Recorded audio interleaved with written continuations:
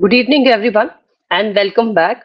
If you're planning to apply for an MBA for the 2027 intake, you're actually looking at a very, very different landscape from the previous years. So, tonight we are breaking down some massive updates for you. So, this will include updates on Germany's new requirements. You will have an update on the IM APGPX portal, which has just opened up. We also have an update on the ISB scholarships as well as the latest M7 applications which have opened up. This alongside your questions, because this is a live Q&A, please keep on asking your questions in the chat and we'll keep on responding to it as and when the questions come up or as and when we hit on that particular stream. So all the best once again for the admission cycle. Please keep on sharing your questions and let us get started with the first update. Now, the first update that I have for you today is about the admissions process for people who are applying to any master's or MBA in Germany. So, if you're doing that, then it is important to know that there is a new test that you need to submit. So, DMAT is a test which is required for Indian graduates now, and this will be required from 2026 onwards, along with your APS process. Now, what is the APS process? APS process is a mandatory verification process for Indian students who are applying to study in Germany. And this is a digital master test, which is now applicable to all Indians. This is a standardized aptitude test, which is going to be an additional requirement along with your APS scores. That means your APS certificate, if it has not been issued up till 29th of June 2026, then you will require an the DMAT test to be written. It is not required if you're applying to a bachelor's degree or a PhD degree. It is only required in case of a master's education in Germany.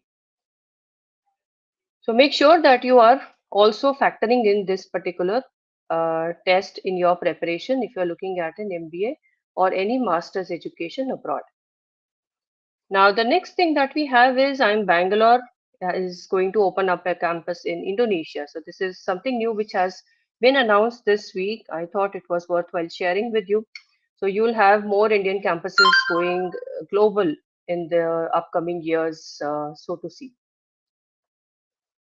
Now, coming to the ISB scholarships. So, ISB scholarships are expanding like anything, and ISB is giving out a lot of scholarships for the people who are deserving those. The process for each of the scholarships has been outlined by ISB as and when they are announcing these scholarships.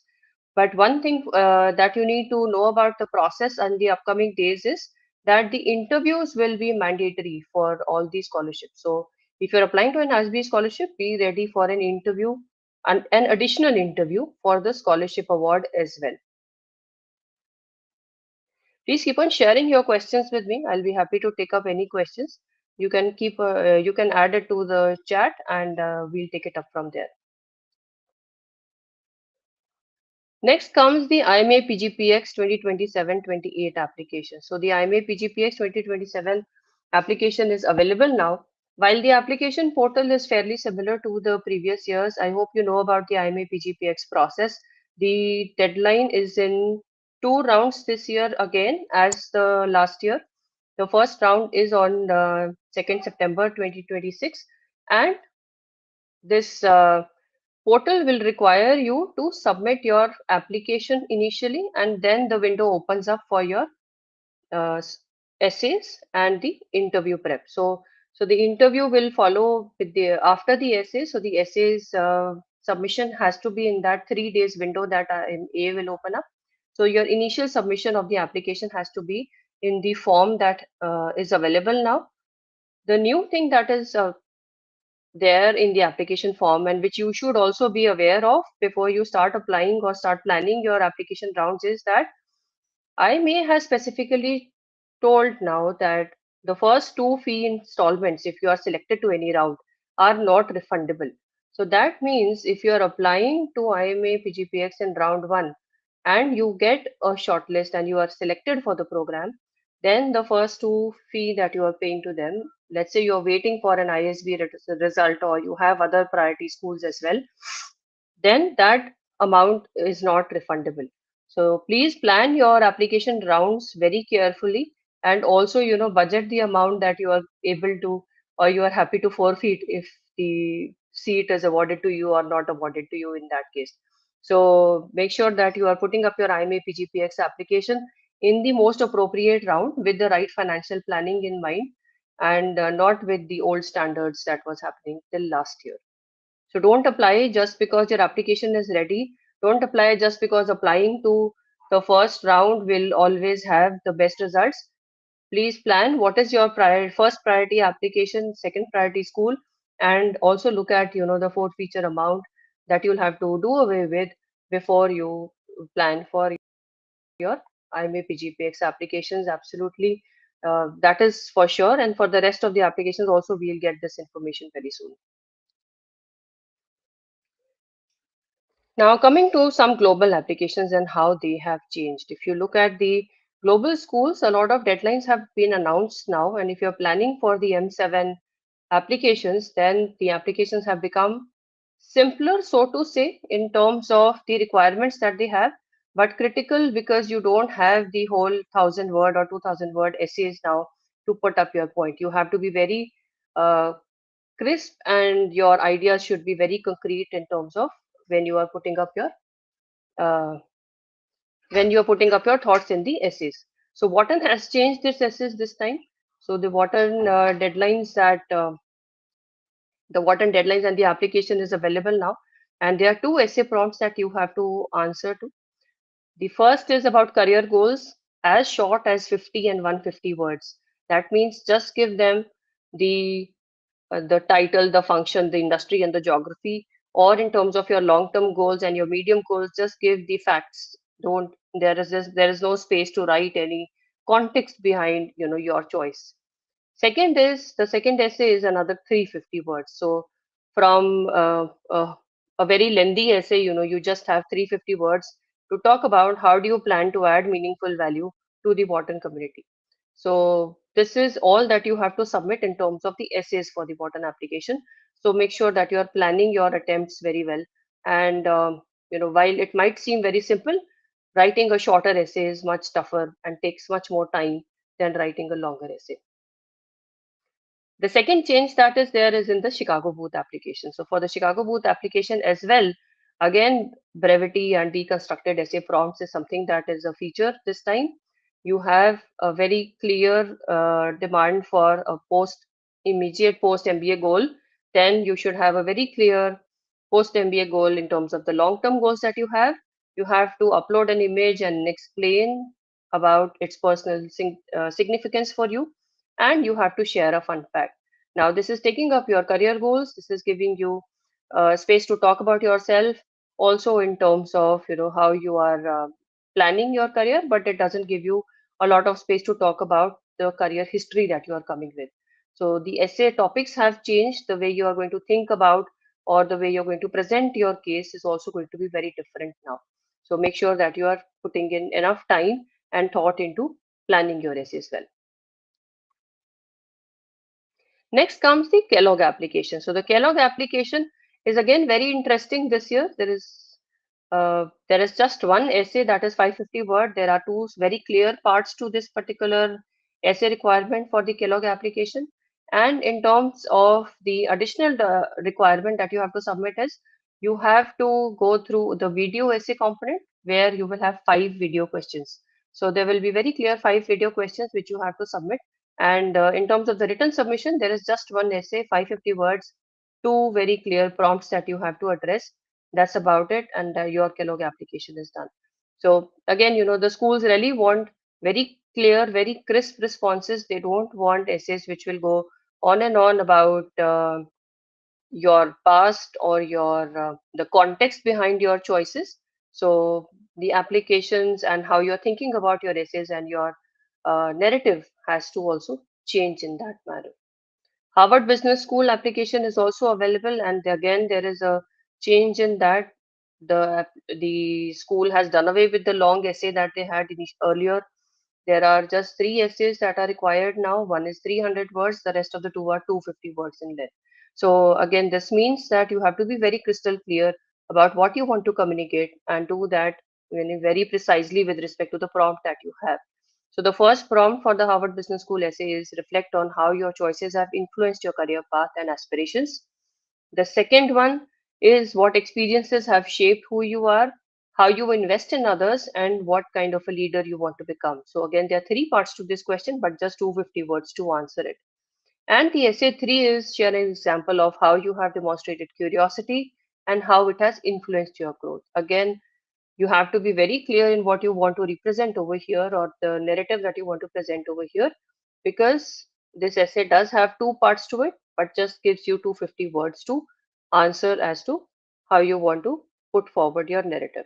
So plan your essays very well and do that well in advance if you're planning for any of these schools.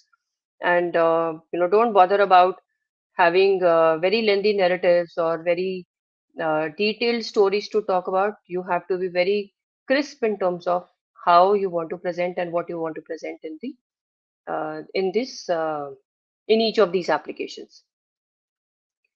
Now the next update for you is that a lot of deadlines have been announced up till now. No, though all of them are not there yet, but still, there are a lot of deadlines. The next deadline that is coming up this in the next week is going to be the IIM Codicore's PGPBL application, that is 15th of July. I hope you are preparing well for that. Post which you will have the SPJMA's PGPM, the round 2 deadline, which is on 31st July. Again, there are quite a few deadlines which are now available in the GOALisB ARC as well. So GOALisB ARC is the platform where you can log in, create your own login and manage your own applications. So this is a free platform which we have made available for you for putting together your applications, choosing what deadlines you want to go ahead with, and preparing for your each stage of your application cycle as well. You can track your deadlines, you can track your essays, your recommendations, your narratives that you are discussing with your research, as well as the discussions that you're having with the alumni and the schools, everything at one place, which will help you put up a strong application and manage multiple applications together as well. So the deadlines are now available, and you will have, in terms of the Indian applications, you will have three deadlines right now. One is 15th of July. That is IIM Kodikode's PGPBL, then SPJMR second round 31st of July, and IIM Bangalore's EPGP 17th of August. And Calcutta has not yet given the deadlines. We'll be announcing as soon as those deadlines are available. Plus the global deadlines which are upcoming are also, the Cambridge deadline is due in August, post which then the next deadlines would be due in September onwards. So make sure that you're utilizing these resources well and factoring in all kinds of eventualities in terms of planning your applications. There, one thing that you need to note is people who are applying to the first round, Indian as well as international applications, check out the deadlines which are coming on 8th up till 20th of September. You see that there are at least 10 to 15 deadlines within that time span itself. So make sure that you are planning all your applications well in advance up till end of August at max, so that you are able to meet all the deadlines. September 9th is like flooding with deadlines. So all the best once again, and I hope you are able to utilize all of these resources and catch up on all the deadlines with strong applications. In case you have any other questions, we'll be meeting next week again with more updates and bringing in uh, new discussion points around the MBA admissions landscape. So make sure that you are reaching out to us and registering for the same, so that you get your questions also addressed. Now, I had a few questions already, which I would like to discuss right now. The first is, what is the right time to give the GMAT? And do I really need to improve my English, or how do I prepare for interviews? So if you're applying for, the MBA admission cycle in this year, try and make sure that you have, your GMAT preparation is actually done in two stages or two phases, as I would say. The first would be your first preparation up till, let's say, your first attempt, where you write the test, write the actual test, and you see that, okay, this is a score which I am coming up to. Let's say it is a 645 or a 655, and your personal target, let's say, is 675. So in that case, your GMAT preparation should actually be divided into two phases. Keep at least 1 month from your deadline to decide to calibrate your GMAT preparation so that you will have that opportunity, that window to write the test again. So for example, if someone is applying for ISB PGP round 1, which is due on 20th of September, now how do I really plan myself from there?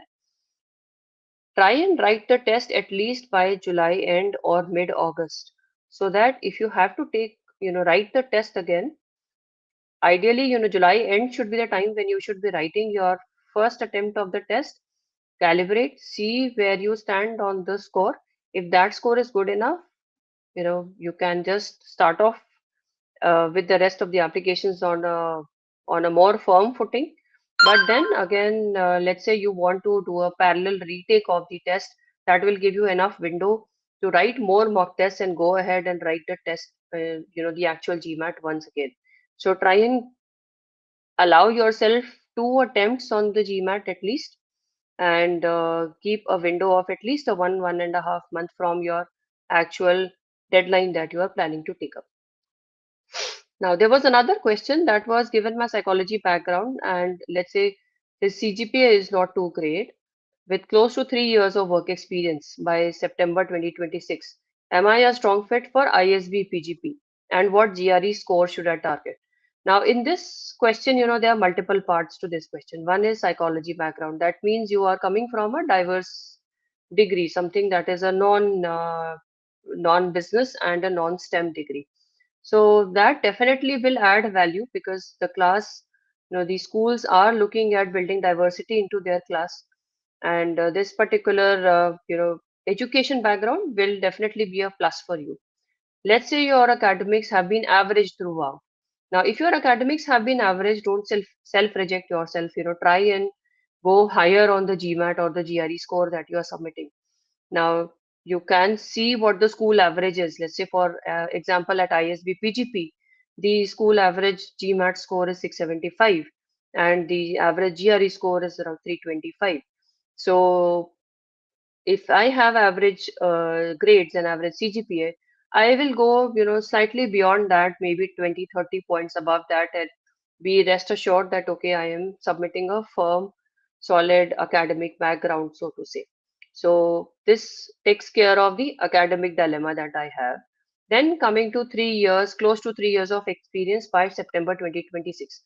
Now, the first point is that for this year, if you're applying to ISB PGP, the deadline for your work experience is going to be 31st March 2027. So if it is 3 years till 26 September, doesn't really matter. See what it is till 31st of March 2027. That will identify your eligibility. Now, why this question is coming in is because probably you are thinking that the average at ISB, the average work experience is close to 4 years. So, am I applying with lesser than the average work experience? Will that be a disadvantage for me? Now, if I say that I have slightly lesser years of work experience, I do still qualify, so I don't need to worry about the work experience technically. But then, from the application point of view, I do need to see that I am putting together a strong application, a strong portrayal of the work that I have done, so that it becomes a strong fit with what ISB PGP is looking for. So, if you have close to 3 years of work experience, and this is a question that I get very often, that I have lesser than 4 years, lesser than the school's average work experience, should I really apply to ISB this year or not? We have a lot of applicants who are applying and getting admitted with 2.5, 2.8 years of work experience every year. But then the difference lies in, the kind of work experience maturity that you are able to communicate in your application, that you are coming with first of all, and then communicating in your application as well as in the interview. So I'll not be very worried about the years of work experience, but I have to be very sure at whatever years of work experience I have to be able to communicate the fit that yes, I will bring value to the classroom, and ISB PGP is a strong fit for me. So it has to go vice versa. It is not only why you need ISB, it is also about how ISB will how you will add value to the ISB classroom. And then comes the question, there's another part to this question, should I pursue HR, people management, or healthcare? Now, one thing about the 1 year MBA programs in India, especially when you're talking about ISB or the IMA PGPX, is that these are all programs which are general MBAs. So these are general management programs. They will not entirely, gear you up for anything on HR, people management, or healthcare.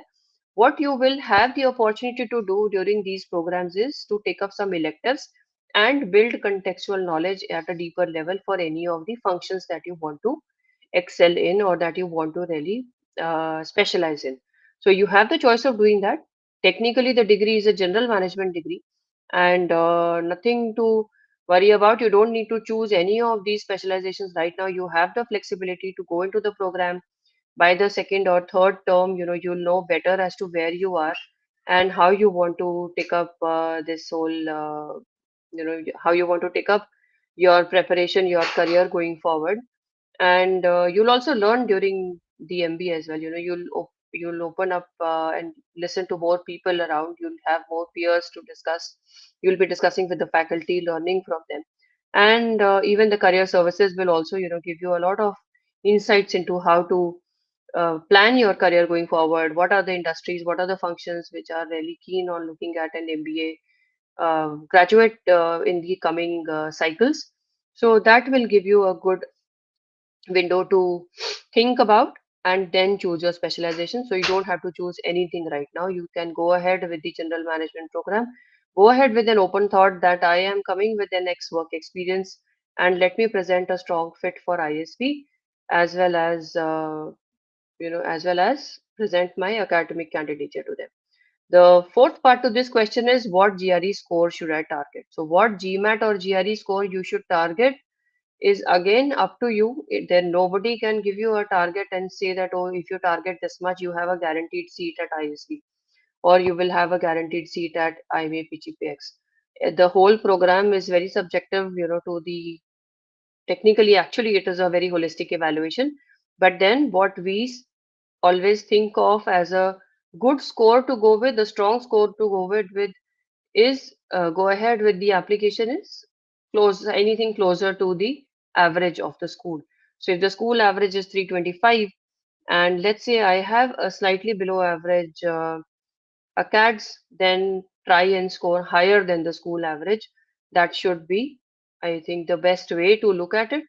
And again, the whole process is something which can which can talk about your profile, which can tell the admissions team about what kind of work experience you're coming in with and what value you will add to the class. So everything will be important.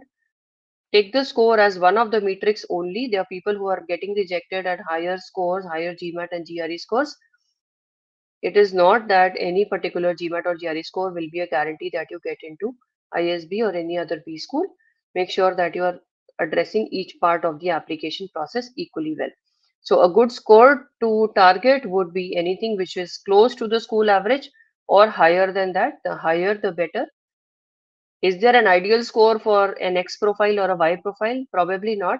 But yes, if I have slightly weaker ACADS, the GMAT or the GRE score is one way that I can present a stronger profile academically, which then ticks off the academic budget. Then comes, the work experience, the quality of work experience that you're coming in with, and the value that you will add to the class. All of these are measured through other parts of the application process. So these are the questions that I had today from you guys, which needed to be answered. In case you have any further questions, feel free to reach out to us and join us for the next session. We'll be taking up the questions in the next session. And keep on adding your questions to the comments. We'll also compile those for the next session. And all the best once again. Whatever are the new deadlines, you will get them in the GOALisB arc. You can go and create your own login over here. I'll share the link in the comments in this YouTube after this stream has ended. You can take it from there. You can join there. You can also join our next upcoming stream with your questions, ask your questions live, or share those with us in advance and we can take up those. For new updates, we'll meet next Thursday. All the best once again.